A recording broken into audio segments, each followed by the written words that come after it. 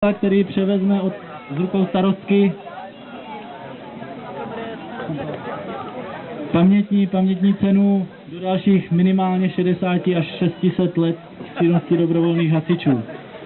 Tolik asi k vyhlašování soutěže v požárním útoku a nyní přejdeme k vyhlašování soutěže ve štafetě, která vlastně, kde hlavní a jedinou cenou je salátko. Vezmu to odzadu, aby to víceméně si lidi ujasnili, kdo se jak umístil. Na krásném 10. místě se umístili ženy z Rudíkova B, následovalo mužstvo Hřmanice 2, poté následovalo mužstvo Klub 9, v těsném závěsu před nimi Poláci, 6 byli řidiči pod vlivem a nyní se dostáváme do vítězné 5, kde na 5. místě byli Rafťáci a na bramborové medaili se umístilo mužstvo Heřmanice muži, 3. bylo mužstvo Trnavy s časem 51:47, na 2. místě bylo mužstvo mužů Polská Šumava s časem 48:90 a vyhráli děti z Hroznatína, družstvo Hroznaťáci 47:59 čas. Prosím celé družstvo, aby se opět dostavilo k nám.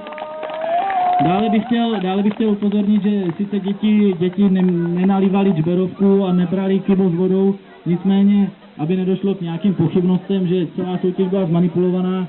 Na 2. místě se umístilo mužstvo Polská Šumava, které bylo z poloviny Rudíkov, z poloviny Hroznatín, takže doufám, že nejsou pochybnosti, že bychom jakkoliv tu soutěž chtěli manipulovat.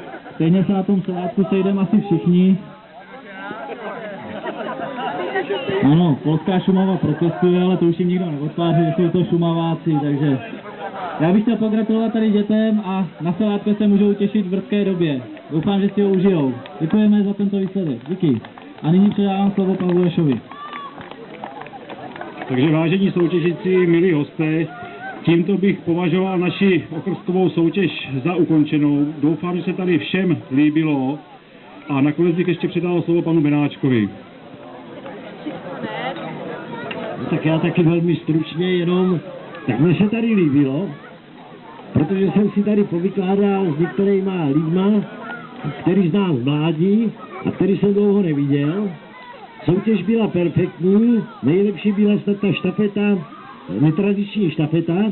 A moc gratuluji dětem z Hroznatína, že svým fyzickým fondem porazili i fundované chlapy. Ať se vám všem daří, vám hasičům, ať máte co nejméně práce při požárech a jiných událostech, ať se vám daří při soutěžích a myslím si, že sbor dobrovolných hasičů tady v Hroznatíně se okrskové soutěže zesílil velmi dobře. Děkuji a ať se vám daří.